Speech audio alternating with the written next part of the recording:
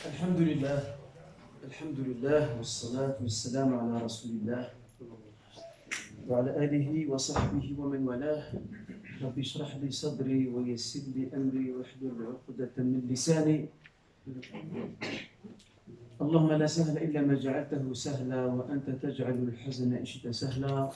أيها الإخوة الكرام، أما بعد، السلام عليكم ورحمة الله وبركاته. فإنه لا يسعدني أن نجتمع في هذه الأمسية المباركة في هذا المسجد العامر، سائلين المولى جل في علاه أن يبارك فينا جميعا، ويبارك في أوقاتنا، ويبارك في علمنا، ويبارك في أعمالنا، كما نسأل سبحانه أن يرزقنا علما نافعا وعملا صالحا متقبلا. والشكر موصول إلى الإخوة القائمين على هذا المسجد المبارك الذين قد أتاحوا لي الفرصة كي ألقاكم في هذه الأمسية، ولكي نتذاكر حول شخصية مسلمة عظيمة سوف نتعرف عليها بعد قليل. وهذه هي المحاضرة الجديدة التي بها نستأنف محاضراتنا السابقة التي قد توقفت بسبب هذه الجائحة. نسأل الله عز وجل أن يرفع عنا وعن الجميع البلاء.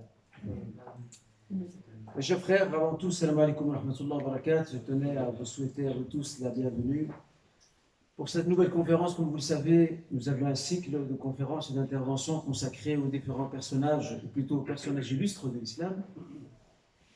Cycle interrompu par cette pandémie, et nous voici, alhamdoulilah, de nouveau réunis dans cette demeure d'Allah Azza wa Jalla de Dieu pour pouvoir reprendre ce cycle d'intervention.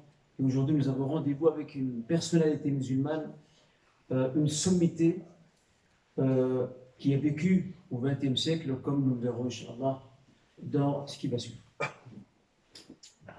من الضرورة بمكان أن أذكر نفسي ثم أذكر إخواني جميعا بضرورة دراسة التاريخ. يقول الله عز وجل: فاقصص القصص لعلهم يتفكرون. التاريخ مليء بالعبر والدروس، وسير رجالات الأمة وعظمائها مليئة كذلك بالعبر، وحقيق بنا أن نتعرف عليها ونستخلص الدروس اللازمة التي ستعيننا إن شاء الله على دربنا. Il est important, chers frères, honorable assemblée, pour nous musulmans, il est important de nous intéresser à l'histoire, de méditer le sens de l'histoire et sa trajectoire. Le Coran, le Saint-Coran nous le rappelle à juste titre. Lorsque le Seigneur dit, s'adressant au prophète Mohammed, il leur donne, conte-leur les récits, donc les récits des prophètes et communautés et hommes qui ont précédé Mohammed. Ainsi donc seront-ils amenés à réfléchir, à méditer, à penser. وكذلك مما يجدر ذكره قبل الدخول في موضوعنا أن هذه الأمة المرحومة المباركة قد مرت على أجيالها عبر القرون رجالات عظام هم صالحو هذه الأمة، وهم قدواتنا في الوقت نفسه.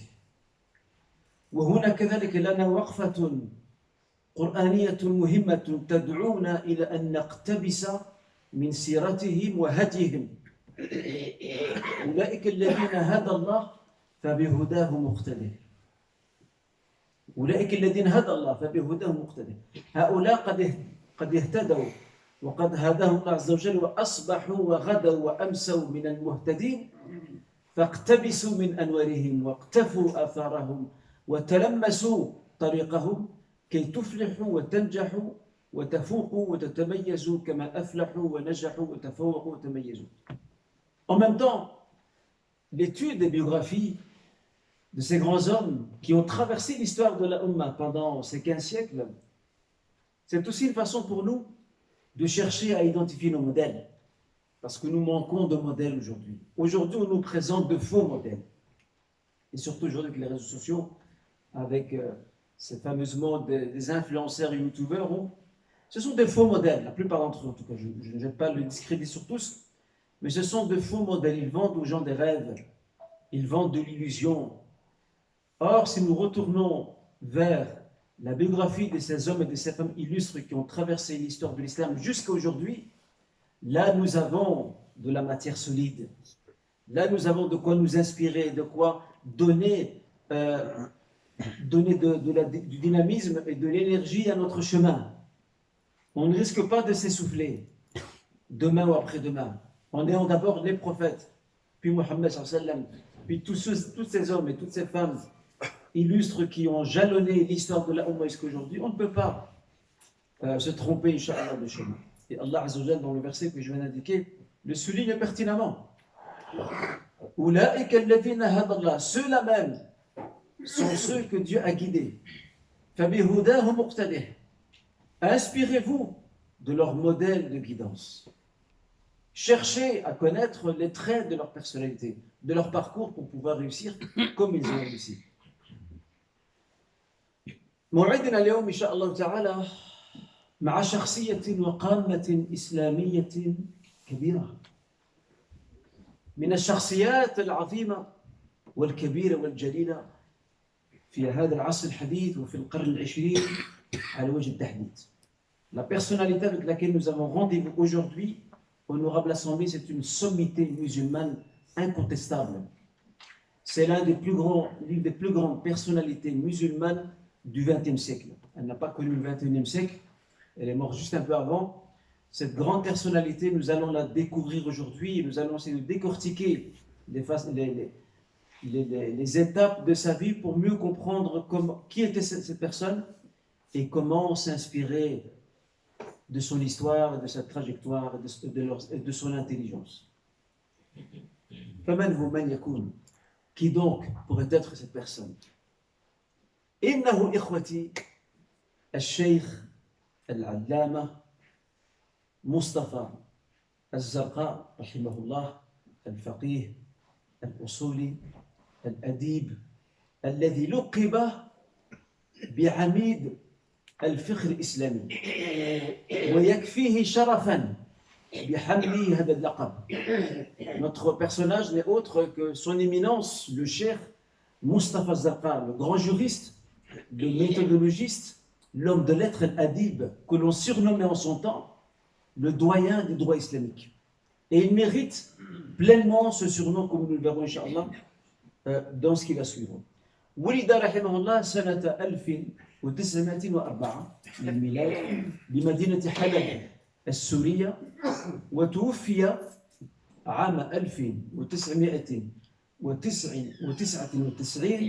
الميلادية في مدينة الرياض بالمملكة العربية السعودية رحمه الله. Il est né en 1904 dans la ville d'Alep en Syrie. Il va décéder en 1999 à Riyad en Arabie Saoudite. لماذا لقب بعميد الفقه الإسلامي؟ بسبب إسهاماته الجليلة والجبارة في خدمة الفقه الإسلامي، بحثا وتدريسا وتطويرا لمسائله وتقريرا لقضاياه وكذلك إفتاء لنوازله ومستجداته. On le surnomme, comme je viens d'indiquer, le doyen du droit islamique parce qu'il a produit un patrimoine impressionnant. Il a rendu des services inoubliables au droit islamique au XXe siècle. Parce que quand on parle de droit islamique aujourd'hui, on pense souvent à l'imam Malik, Shafi'i, Ahmad, Abu Hanifa, Ibn Taymiyyah, Ibn al-Qayyim et bien d'autres. Mais nous avons aussi des grosses pointures, des grandes sommités. Il faut les connaître, ces personnalités. Et surtout, un homme comme lui, rahimahullah, qui a consacré toute sa vie à travailler sur les questions du droit islamique, à faire en sorte que ce droit islamique parle aux musulmans du XXe siècle, de ce temps. Comme nous le verrons, Inch'Allah, très bientôt. لحظة وفاته كانت لحظة عجيبة جدا. توفي كما ذكرنا في التاريخ الذي أوردناه قبل قليل في عام 1999 توفي 3 مايو، وكان ذلك يوم السبت بعد أذان صلاة العصر، وهو جالس في بيته. شوف، جالس في بيته ينقح الفتاوى ويبوبها. ما أعظم الوفاة. يموت في خدمة الدين، يموت هو خادم للأمة. هذه حقيقة إن لم تكن هذه خاتمة حسنة فأعلموني ما هي. Je voudrais vous citer les circonstances de son décès aussi. Il est décédé, je le rappelle, en 1999 à Riyad.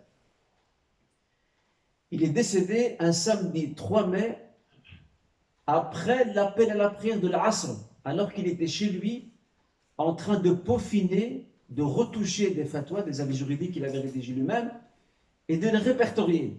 Et c'est là, pendant qu'il répertoriait, qu'il retouchait ses fatwas, c'est là qu'il a rendu son souffle. Vous imaginez, jusqu'au dernier instant de sa vie, il est, alors que c'est un homme âgé, on va le voir, je vais le citer maintenant, c'est un homme âgé, il avait approché les 95 ans.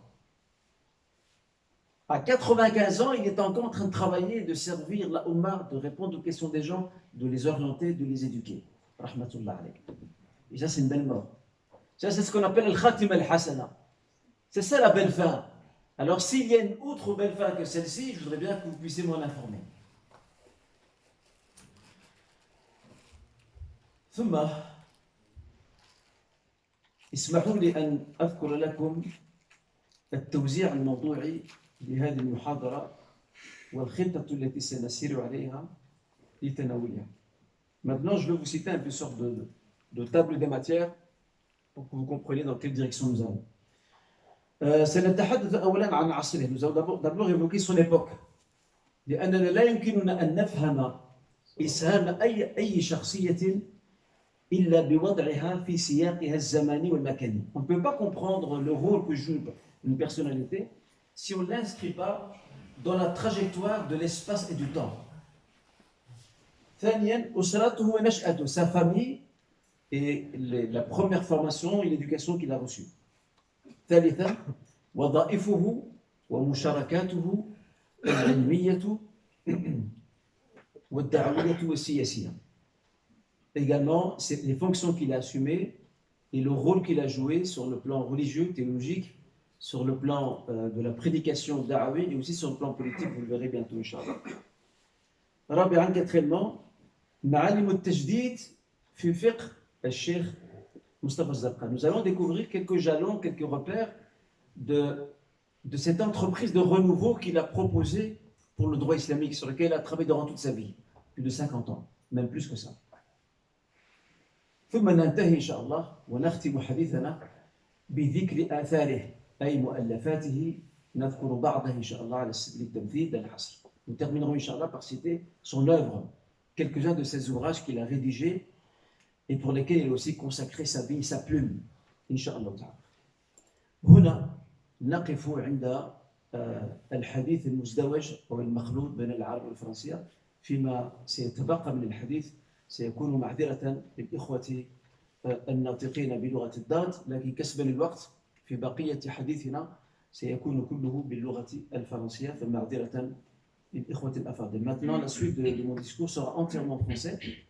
J'ai mélangé l'arabe et le français avant, mais pour gagner du temps, le reste sera en français. Je m'excuse auprès des arabophones qui sont avec nous ici à la mosquée. Alors, pour pouvoir comprendre son époque, donc je le rappelle, il est né en Syrie, dans la ville d'Alep, qui est d'ailleurs avec Damas l'un des grands phares du savoir islamique dans le Cham, dans le pays du Cham, ou dans la région du Cham. Mais pour mieux comprendre son époque, j'ai divisé la période durant laquelle il a vécu, je l'ai divisé en 4 parties, ou en 4 périodes, pour pouvoir la retenir plus facilement. La première période, je vais essayer de toucher des mots très rapides, j'ai beaucoup de notes, mais je vais essayer de vraiment de synthétiser au maximum, parce qu'on n'a pas beaucoup de temps malheureusement. La première partie, c'est la période ottomane. Le Cheikh Moustapha Zabqa a connu la période ottomane qui administrait son pays et la région Il l'a connu jusqu'à l'âge de 14 ans.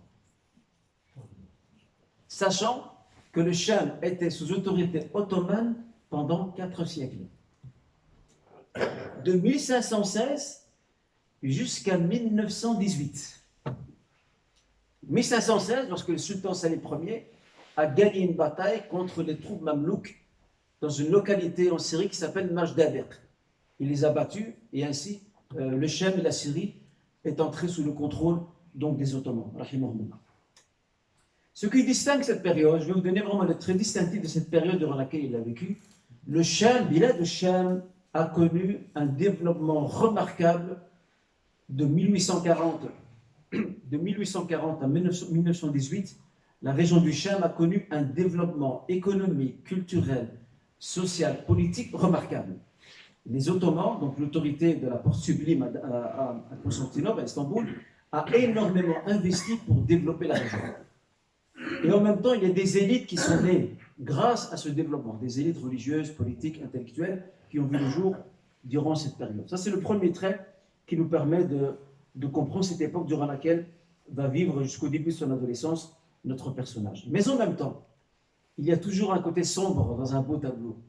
Le côté sombre, mes chers frères, c'est que vers la fin de l'Empire ottoman, ou plus précisément depuis 1909, lorsque ce parti clandestin que l'on appelait l'Ittihad al-Taraqi, l'unité, le progrès, c'est un parti nationaliste, séculier, avec obédience franc-maçonne dont tous les historiens aujourd'hui s'accordent à le reconnaître.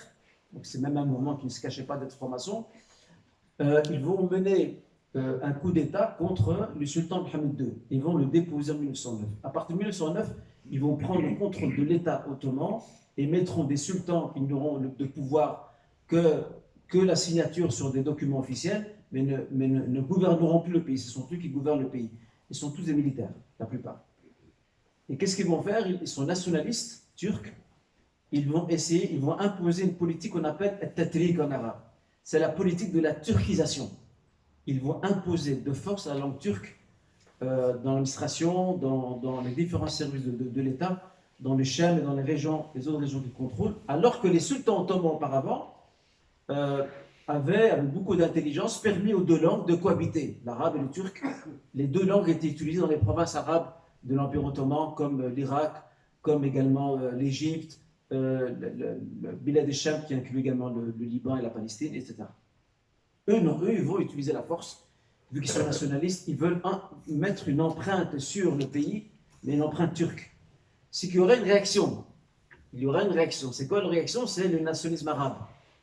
Des intellectuels, des chouyours aussi, des fonctionnaires syriens qui participent à l'administration de cette province ottomane, vont se ranger dans le courant du mouvement nationaliste arabe et vont rejeter donc cette politique de turquisation qui sera imposée de force.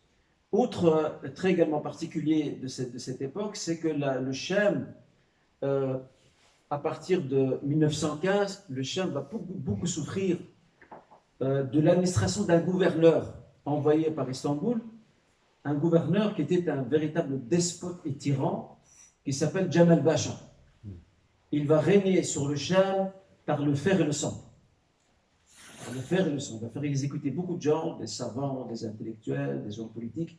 Tous ceux qui ne sont pas d'accord avec sa politique, il les exécute. Il ne va pas par quatre chemins.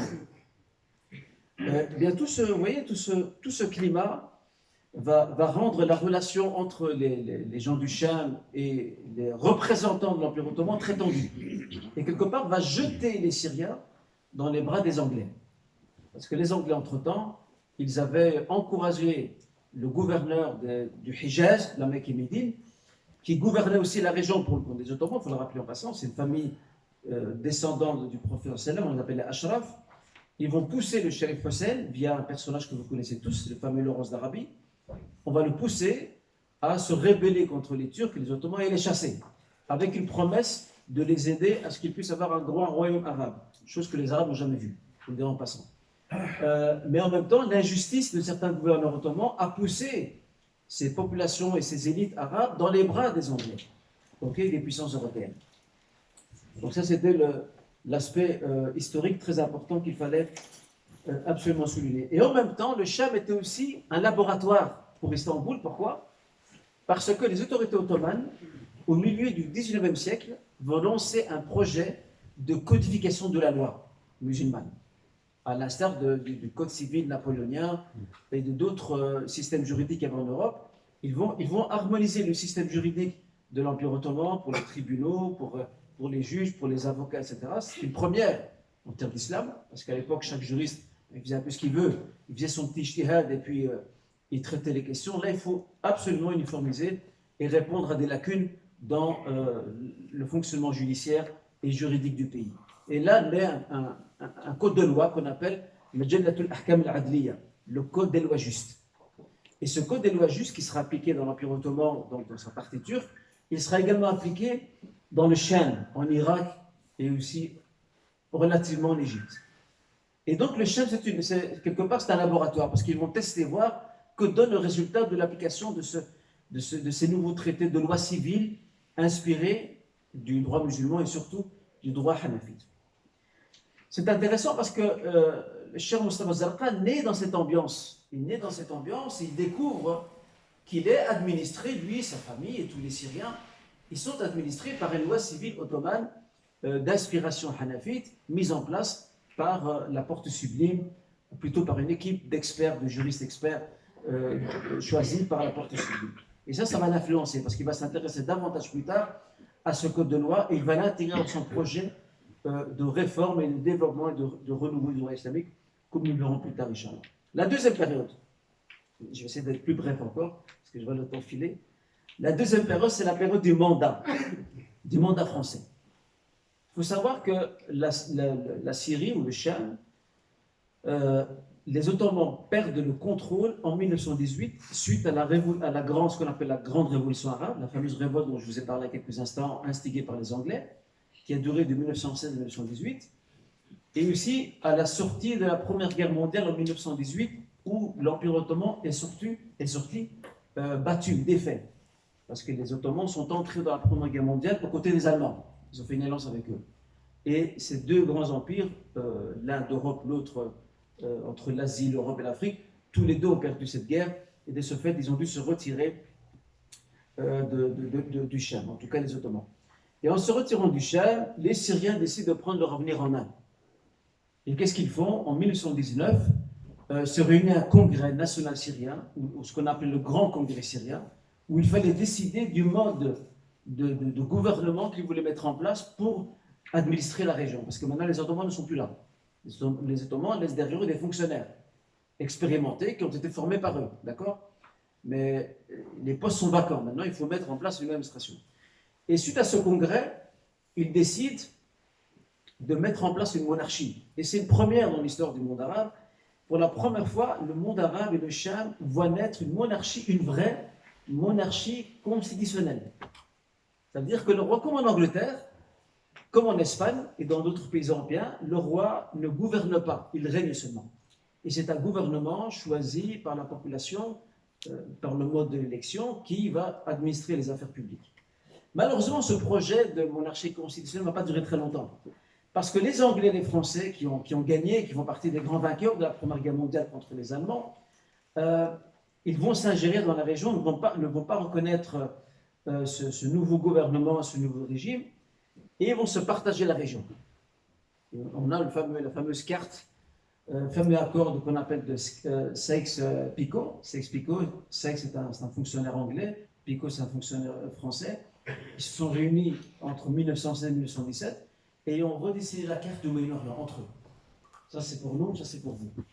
Et donc la Syrie, le Cham, le Liban c'était pour la France, l'Irak, la Palestine c'est pour les Anglais. Voilà, ils ont vraiment à la main dessiné, tac tac, comme on fait comme les enfants dessinent sur du papier, c'est la même chose. Il n'y a rien de clair. Ils ont délimité des zones d'influence. C'est comme ça qu'en 1920, la Syrie, le Cham, devient, ou plutôt passe sous protectorat français. Okay? Bien sûr, le Cham ou la Syrie, telle que les Français vont la tailler, n'a rien à voir avec la province du Cham de l'époque ottomane, qui était beaucoup plus grande, qui touchait la Jordanie, une partie de la Palestine et même le Liban. D'accord? Ce protectorat va durer de 1920 jusqu'à 1946. De 1920 à 1946. Et notre personnage, au moment où les Français partent, en 1946, il a 42 ans. Quand même, c'est déjà un adulte, il a 42 ans. Et c'est un peu à l'ombre de la présence française qu'il va poursuivre sa formation, mais aussi s'intéresser à la culture occidentale. Parce que pour lui, à partir du moment où les Français sont là, il faut savoir voir comment dialoguer avec eux, comment les comprendre, comment comprendre leur mode de pensée, leur culture, leur civilisation, etc. Et ce sera un atout pour lui qui va lui servir plus tard, comme nous le verrons, Inch'Allah. Donc il profite de la présence française, il apprendra le français, il va apprendre le droit français, il va connaître de manière très fine la culture occidentale. Ça c'est pour ce qui est de la deuxième période. La troisième période, c'est ce qu'on appelle la période de la première République syrienne, qui va durer de 1946 à 1963. Après l'indépendance de la Syrie, dont les frontières ont été redessinées, ce sont celles de maintenant d'ailleurs, après ça, la Syrie va connaître des troubles politiques, de l'instabilité, des changements de régime, des coups d'État militaires. Elle va connaître également un projet d'union entre la Syrie et l'Égypte de 1958 à 1961, qui sera d'ailleurs de très courte durée. La Syrie et l'Égypte, à l'époque du président Jamal Abdel Nasser, qui était le président d'Égypte, les deux pays vont fusionner pour ne faire qu'un seul, ils vont l'appeler Al-Jumhuriyya al-Arabiyya al-Muttahida, la République arabe unie. C'est un projet qui ne va pas durer longtemps, de 1958 à 1961. Et pour arriver à quoi exactement, nous sommes dans la Première République. Cette période s'étale jusqu'en 1963. Et le cheikh, à ce moment-là, quel âge a-t-il? Qui sait me dire quel âge il a à ce moment-là? Pour ceux qui suivent attentivement. Il a 59 ans, exactement. Il a 59 ans. Et durant cette période de la Première République syrienne, notre personnage est actif. Il est enseignant, il donne des conférences, des cours, il donne le sermon de vendredi, il donne des roses, des cours dans certaines mosquées. Donc il est impliqué dans la vie sociale, religieuse, même politique, intellectuelle de son pays.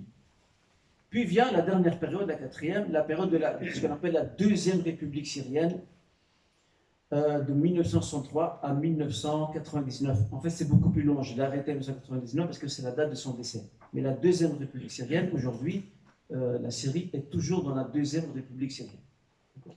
Pourquoi 1963? Parce que c'est la date du coup d'État de ce qu'on appelle el-Ba'thiyoun, les bassistes, les partis basses, qui étaient des militaires qui ont renversé le gouvernement qui était constitutionnel, ils l'ont renversé, ils ont pris le pouvoir, et en 1970, il y a un nouveau coup d'État.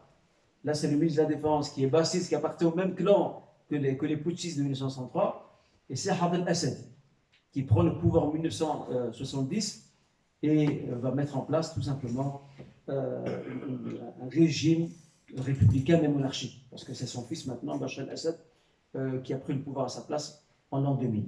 Et en 1999, c'est à ce moment-là, après avoir pris sa retraite, il quitte en 1971, il quitte la Syrie parce qu'il est invité par l'université de Jordanie pour donner cours. Il y restera jusqu'en 1979, puis il ira s'installer en Arabie, à Riyad, et restera là-bas 10 ans jusqu'en 1999. Donc de 1989 à 1999, il est en Arabie. Alors, au moment de prendre sa retraite en 1966, il a 62 ans. Et comme je viens de l'indiquer, en 1971, il quitte le pays pour se rendre d'abord au Koweït, et ensuite il s'installe en Jordanie pour enseigner à l'université. Ça, c'est les 4 époques durant lesquelles notre personnage a vécu. Alors, maintenant, parlons un peu de sa famille.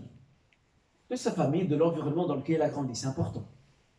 Parce que si on veut comprendre ces personnalités qui ont influencé l'histoire, il faut toujours revenir à ce premier creuset dans lequel ils sont formés, dans cette première cellule qui est la famille. Et il n'y a pas de hasard, car le hasard est impossible. Il se fait que le cher Mustafa Zarqa naît dans une famille savante et très pieuse. Son père est savant et son grand-père est aussi savant. Son père s'appelle Ahmed Zarqa et son grand-père s'appelle Mohammed ibn Sayyid Othman al-Zarqa. Sa mère, à lui, non.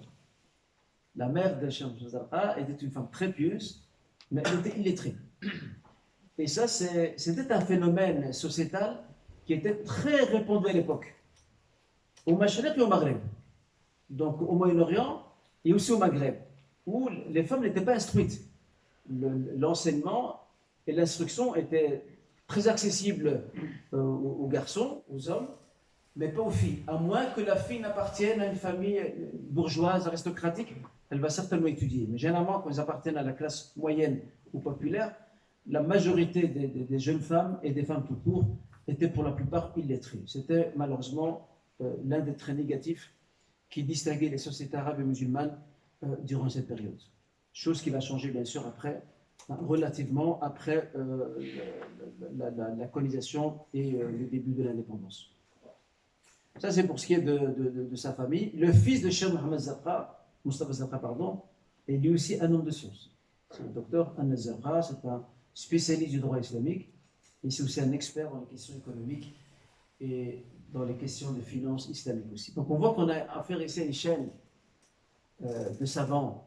Ça commence par le grand-père, ça passe par le père, ça passe par lui, et il transmet le flambeau à son fils. Et c'est ça l'éducation, mes chers frères. C'est ça, Tarbiya.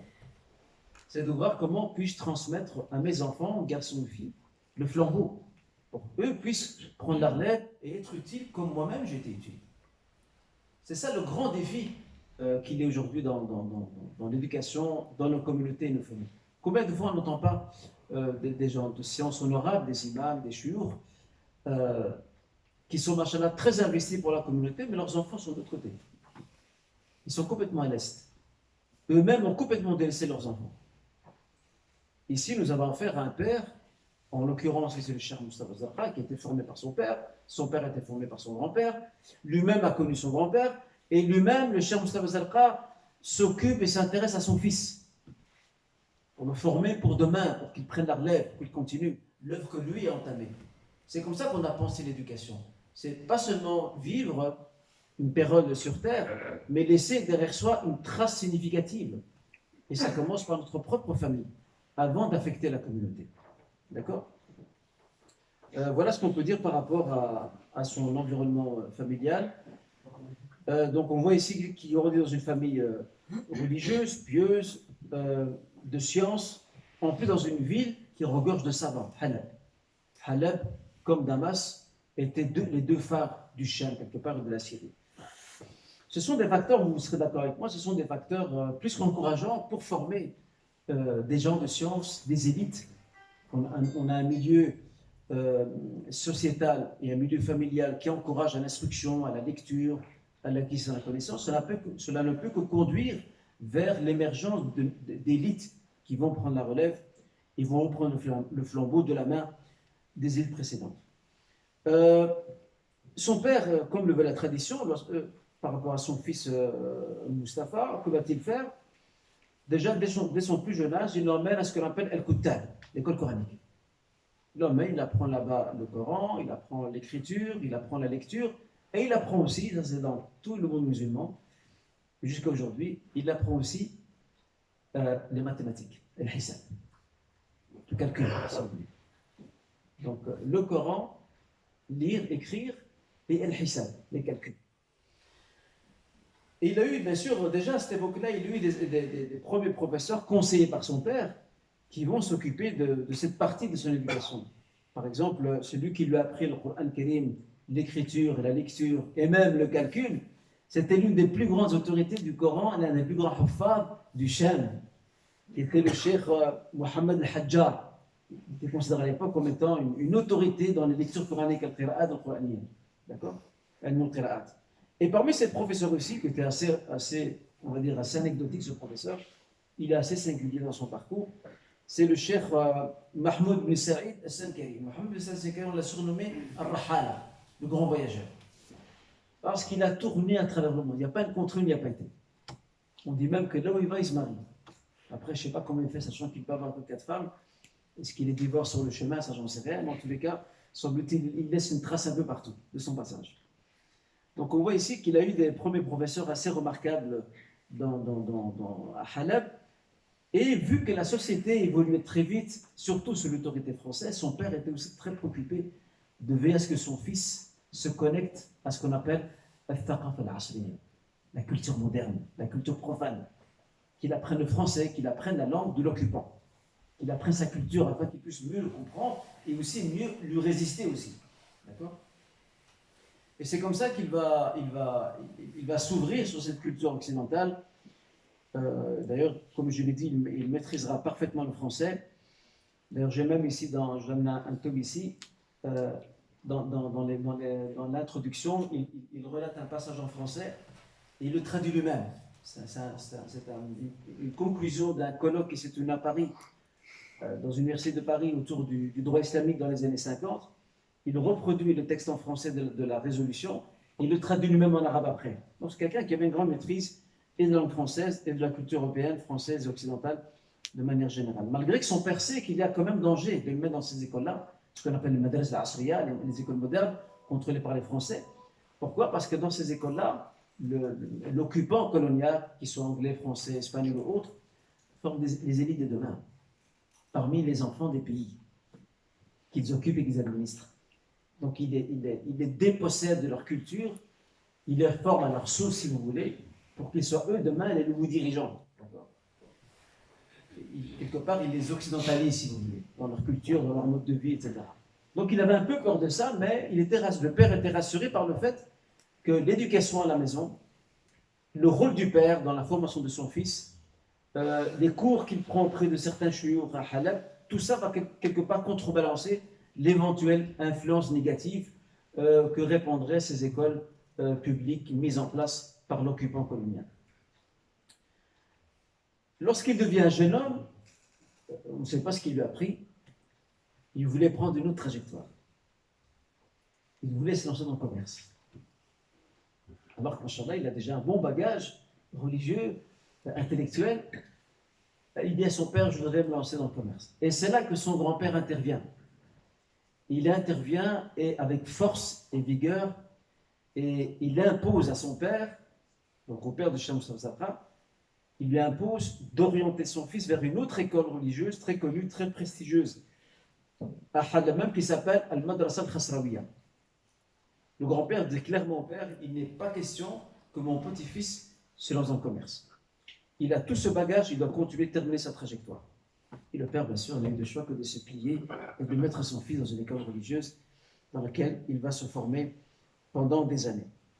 Alors, on va parler rapidement de ses professeurs. Il y a son père d'abord, qui était un faqih hanafite, en appartenant à l'école hanafite. Son fils apprendra le droit et l'étude aussi du code des lois ottoman, Majid Ahkam al-Adliya, il va l'étudier aussi auprès de son père.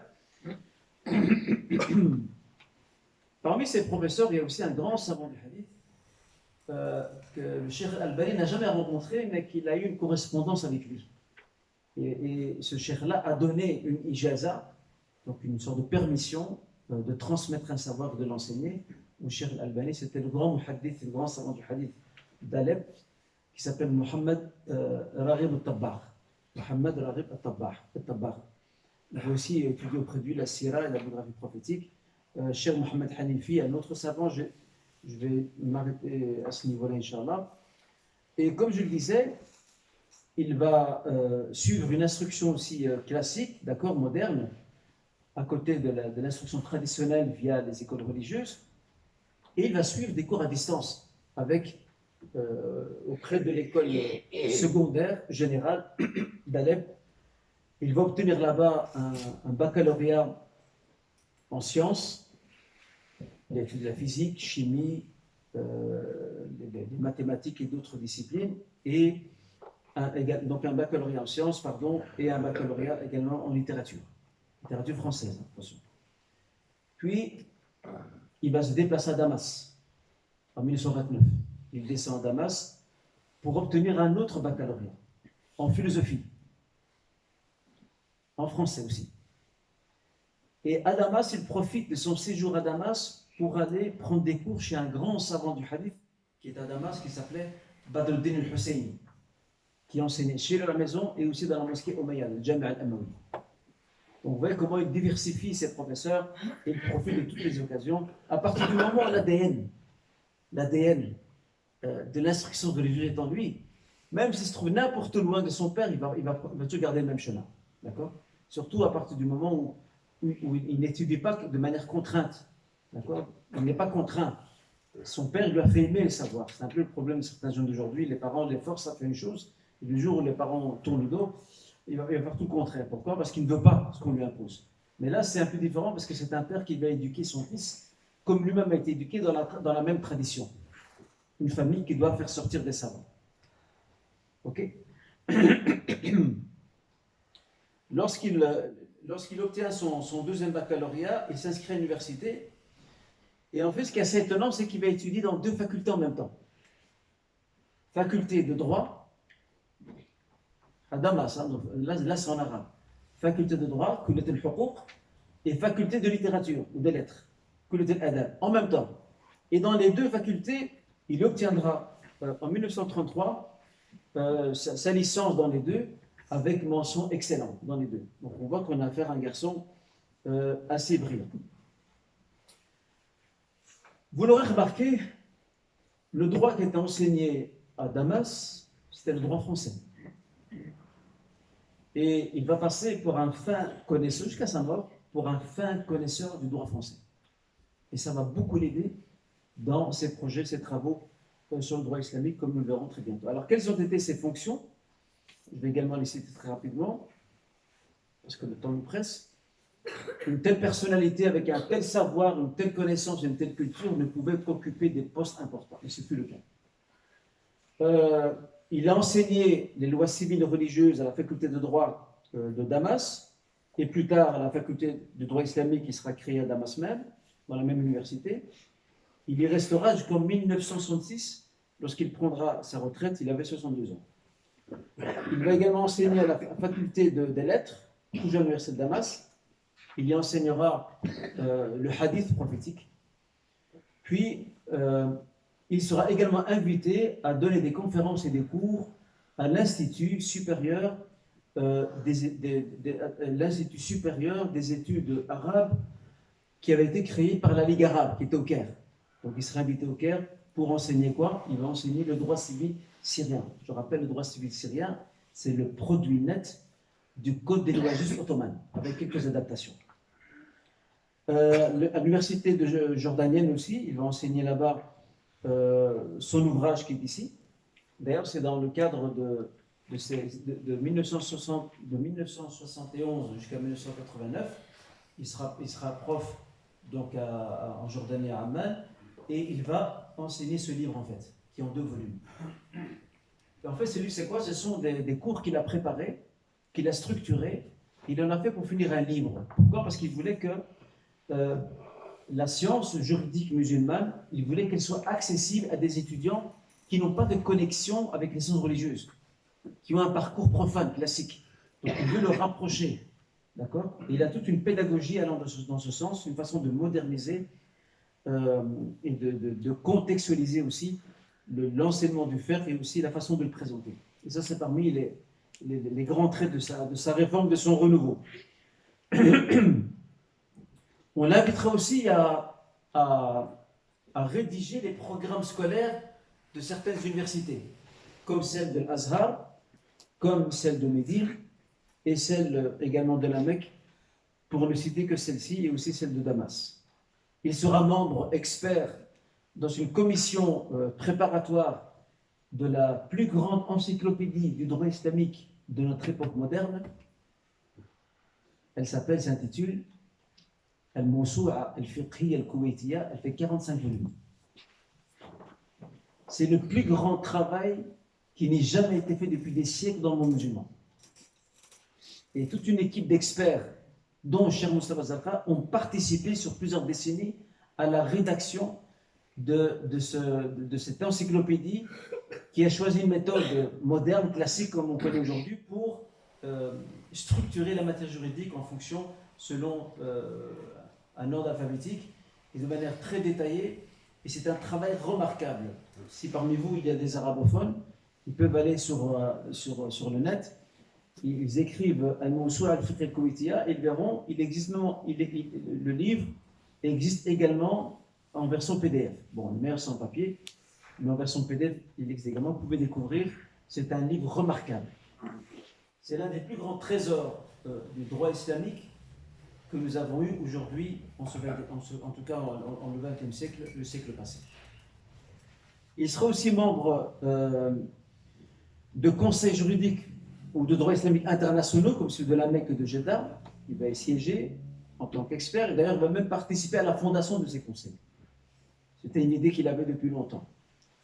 Et aussi, on va l'inviter à faire partie d'une commission d'experts du secrétariat général de la Ligue arabe, avec l'objectif de mettre en place un code civil élargi qui pourrait être appliqué pour tous les pays arabes et qui s'inspirerait du droit islamique, chose sur laquelle il va travailler pendant des années. Enfin, dernière chose, en Syrie aujourd'hui, il y a ce qu'on appelle le code du statut personnel, donc le parti de droit qui traite de la famille, etc.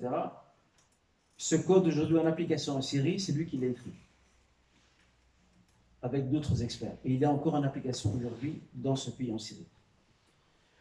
Alors, comme vous pouvez le remarquer, mes chers frères, c'est un homme qui a été grandement impliqué dans beaucoup de projets. Il a donné de son savoir, de son temps, de son énergie sur ces longues années qui dépassent les 50 ans où il s'est mis au service de la Oumma. Il y a un aspect qu'on connaît très peu, c'est que notre cher Moustapha Zafra a aussi été un homme politique.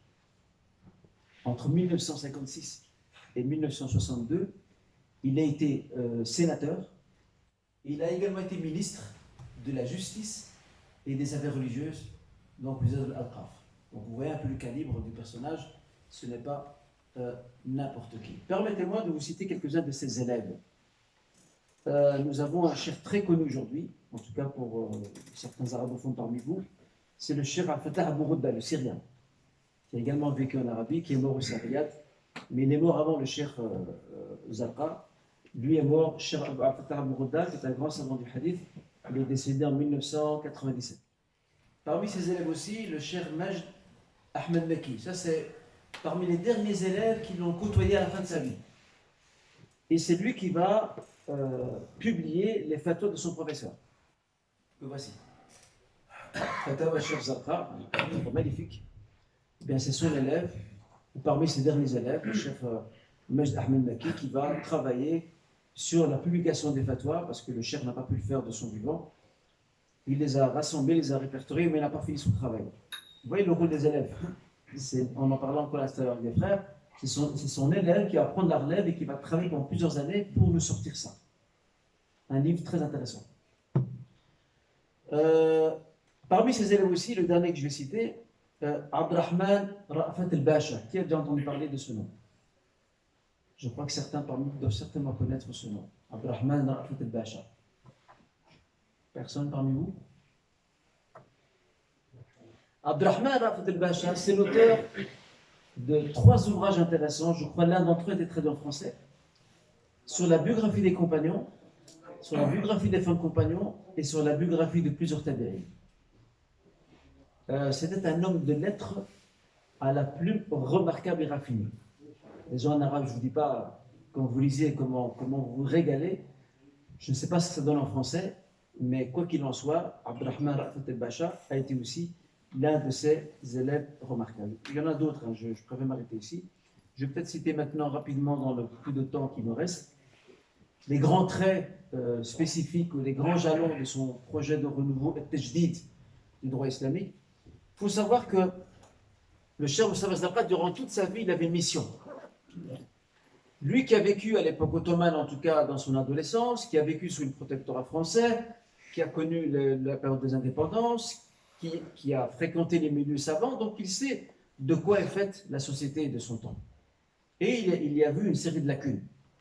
Et il fallait pour lui urgemment y remédier. Je tiens aussi à souligner que notre cheikh a aussi exercé les fonctions d'avocat à Damas. Ce qui fait qu'il était très proche des préoccupations des gens. Ça va aussi l'aider aussi pour ses travaux futurs.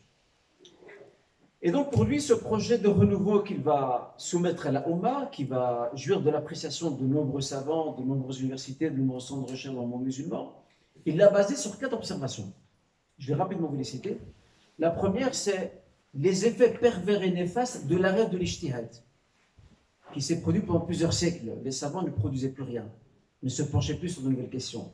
Ils préféraient, de manière servile, reproduire ce que les anciens ont écrit. Donc pour lui, c'est un effet pervers. Pourquoi? Parce que le droit islamique, en s'inscrivant dans la sclérose, et dans la paralysie, et dans la léthargie, et dans la stérilité, il n'est plus en connexion avec le monde et avec la société. Il perd 3, j'en ai mis combien ici? Ouais, 3 spécificités, le droit. Il perd son dynamisme, il perd sa productivité, et troisièmement, il perd sa capacité de répondre à tous les nouveaux problèmes qui apparaissent, quelle que soit l'époque. 3 caractéristiques pour notre personnage. Il faut absolument redonner au droit islamique ses lettres de noblesse. L'autre conclusion qu'il fait aux consultations, c'est une façon très classique de présenter les questions du droit, rendant des fois les choses inaccessibles à des étudiants ayant vécu à notre époque contemporaine. Je vais vous donner un simple exemple. Si vous retournez à certains livres de droit islamique, il ne faut pas aller très loin, juste au XIXe siècle. Les vieilles éditions, c'est illisible.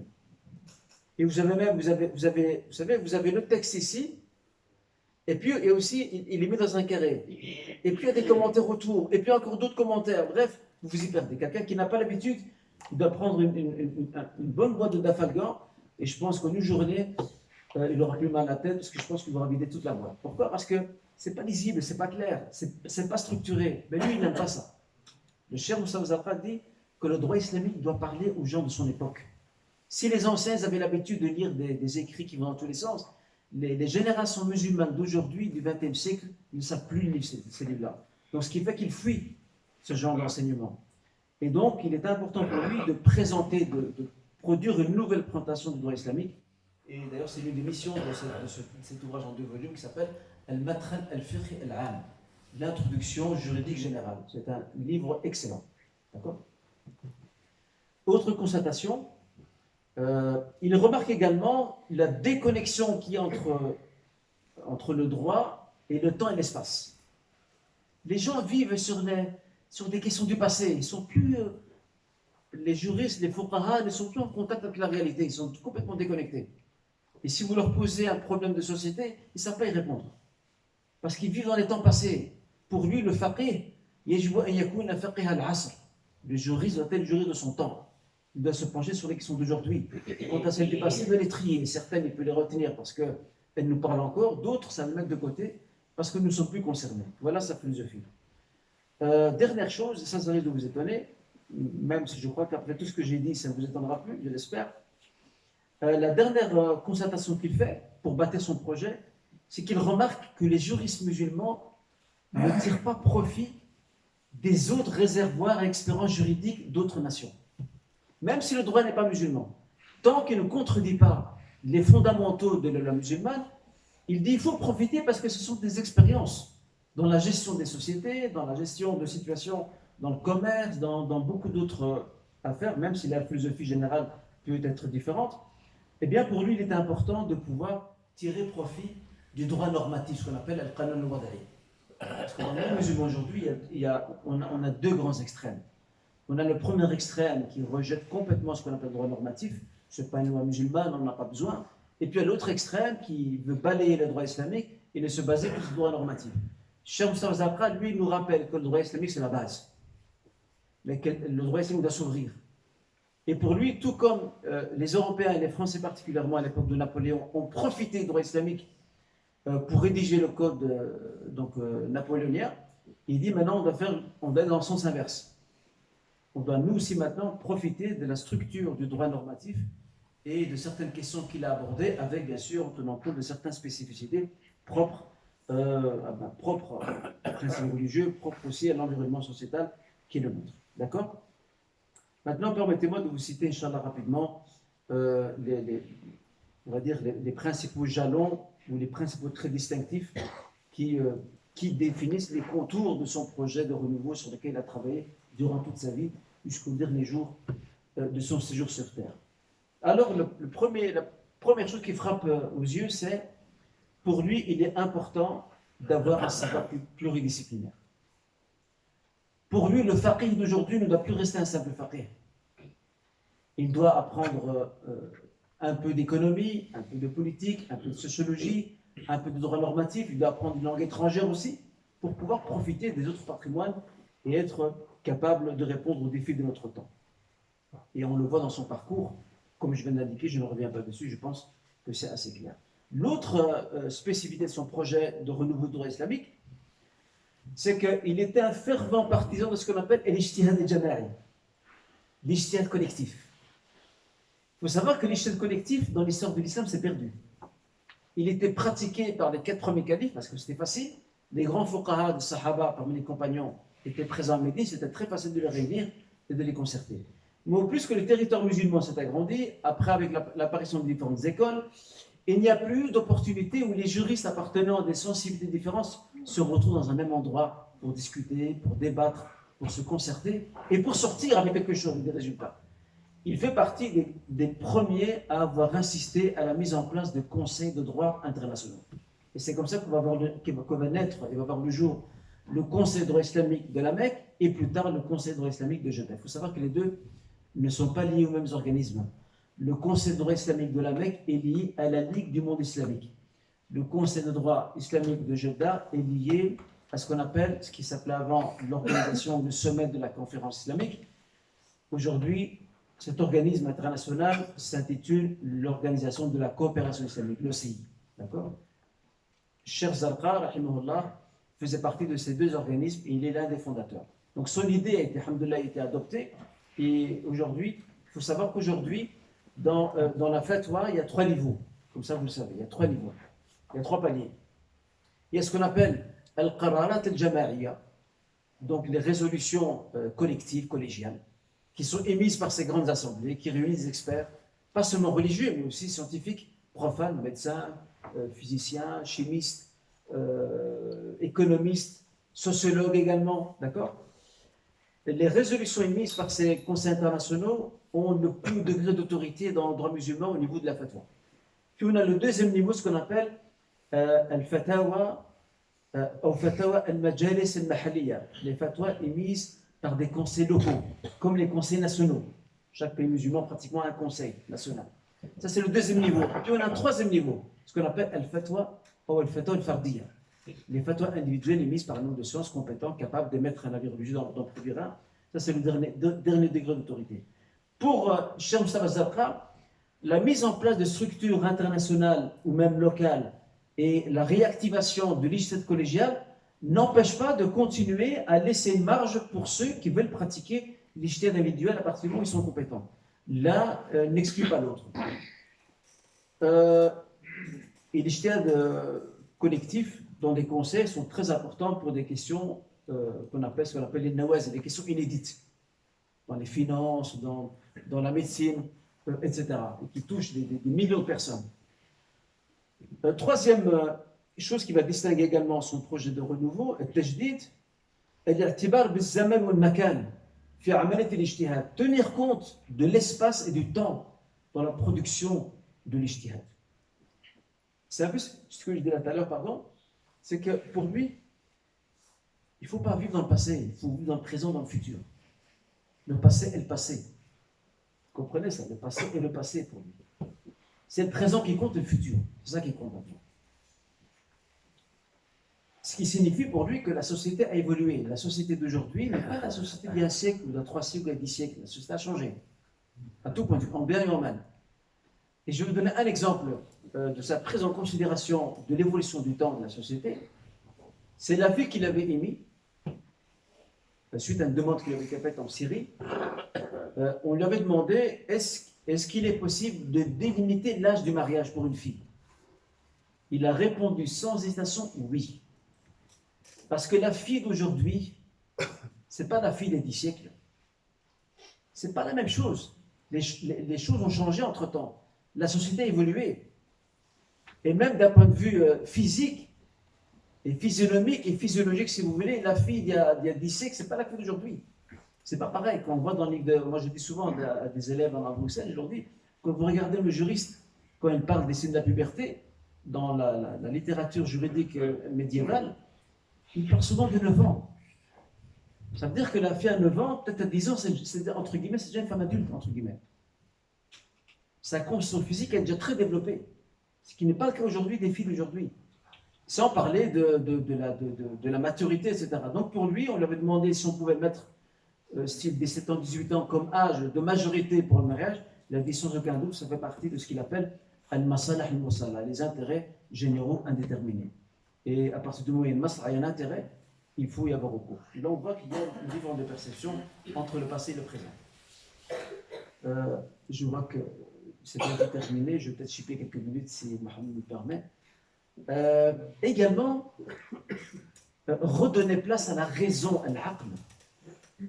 Pas en la mettant, non pas en la mettant en opposition avec le wahy, non, la révélation, mais faire en sorte que la raison se libère de la sclérose, al-jumoud, que la raison soit capable de réfléchir et de questionner le texte, al-nas al-shar'i, le texte religieux, Coran et Sunna, de l'interroger, de chercher c'est quoi sa finalité, qu'est-ce qui se cache derrière ce texte, vers quoi veux-tu nous conduire.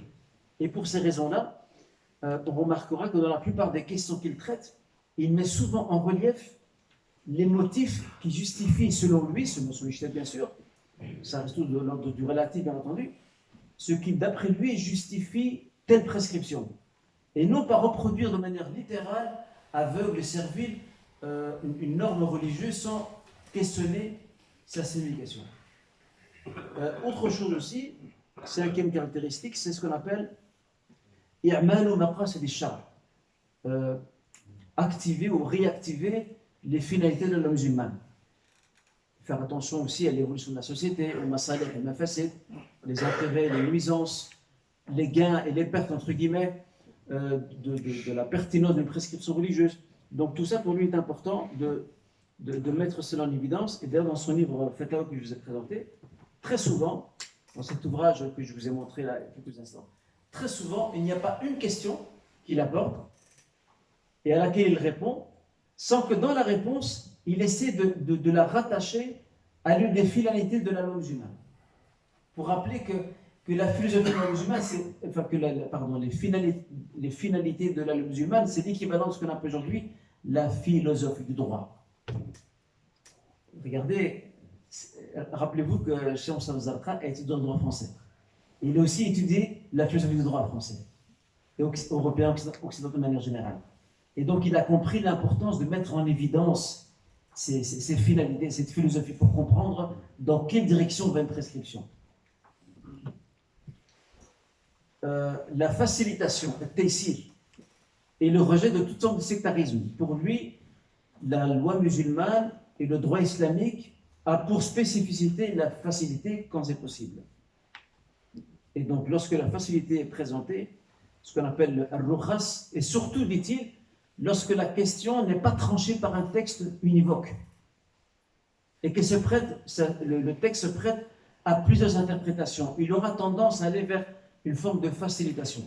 Surtout à notre époque où les gens, malheureusement, n'ont pas cette, comment dirais-je, ils n'ont plus cette propension à être aussi fidèles aux prescriptions que l'étaient nos aïeux avant, malheureusement. Donc comme ça, vous voyez un peu sa façon de penser. Et malgré sa formation hanafite, il était contre le sectarisme, et pour lui, il fallait s'ouvrir sur toutes les écoles juridiques musulmanes, malikites, shafi'ites, hanbalites. Il l'a considéré comme une grande école, avec des portes différentes. Parce que tout ça, c'est une expérience d'un patrimoine, c'est une richesse. Il ne faut pas s'enfermer dans un angle et se priver de la richesse des autres écoles.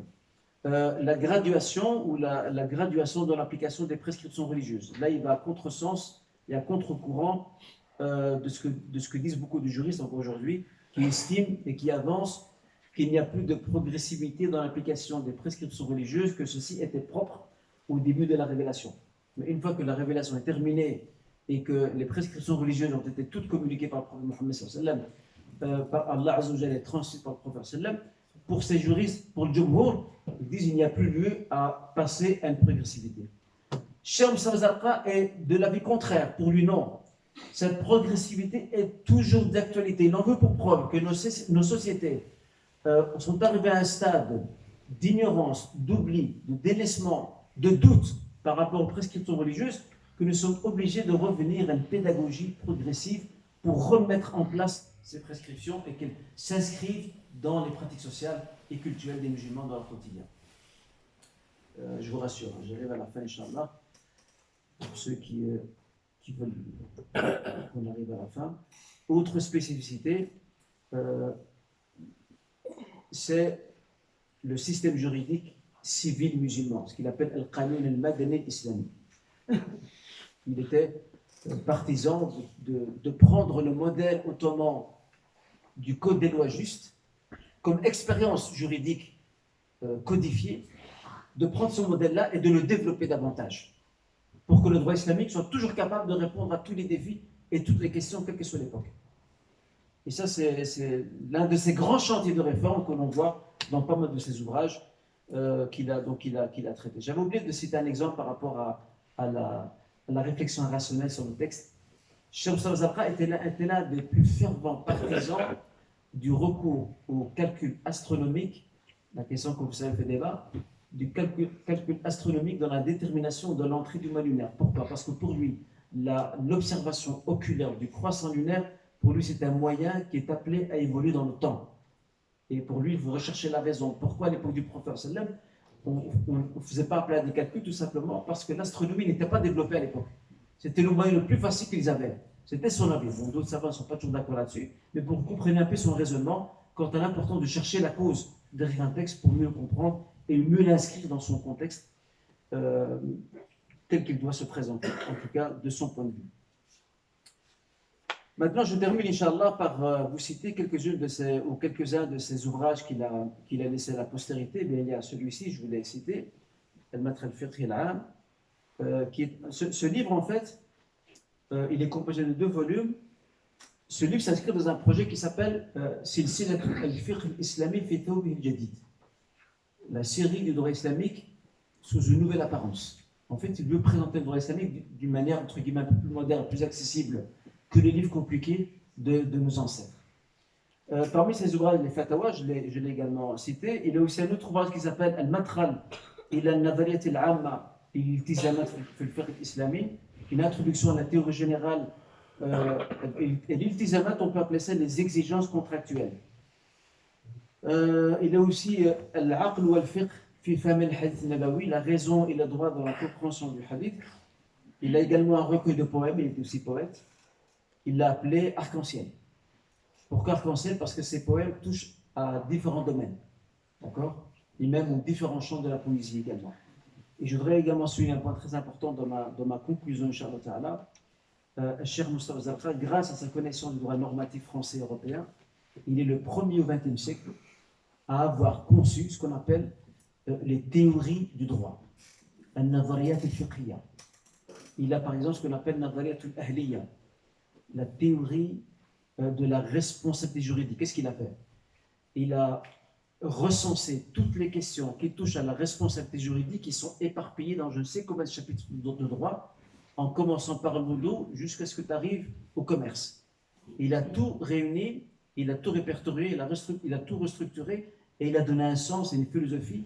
Et voilà qu'il a pondu une théorie. Le droit français a également des théories. Il a fait la même chose. Et ça, c'est une réalisation, un progrès. Il est le premier à le faire. Et aussi, il a ce qu'on appelle la théorie de la propriété, Nadhariyat al-Mulkiyya. Comment devenons-nous propriétaires? Et quelles sont les modalités, les prescriptions qui accompagnent le droit de propriété? C'est aussi dans le droit islamique classique, médiéval, cette théorie n'existait pas. Toutes les questions liées à la propriété étaient dispersées dans le chapitre du mariage, dans celui du divorce, dans celui de l'héritage, dans celui du commerce. D'accord? Il a tout réuni, il a tout structuré, et il a donné un sens, et il a surtout utilisé un langage contemporain que nous comprenons aujourd'hui. Voilà pour ce qui est de Cheikh Moustapha Zarqa. En tout cas, j'invite mes frères arabophones à en savoir plus, Inch'Allah, sur le personnage. D'ailleurs, sur le net, il y a pas mal de ces ouvrages en version PDF. Je pense que c'est en France, c'est un peu difficile. Peut-être à Paris, c'est possible.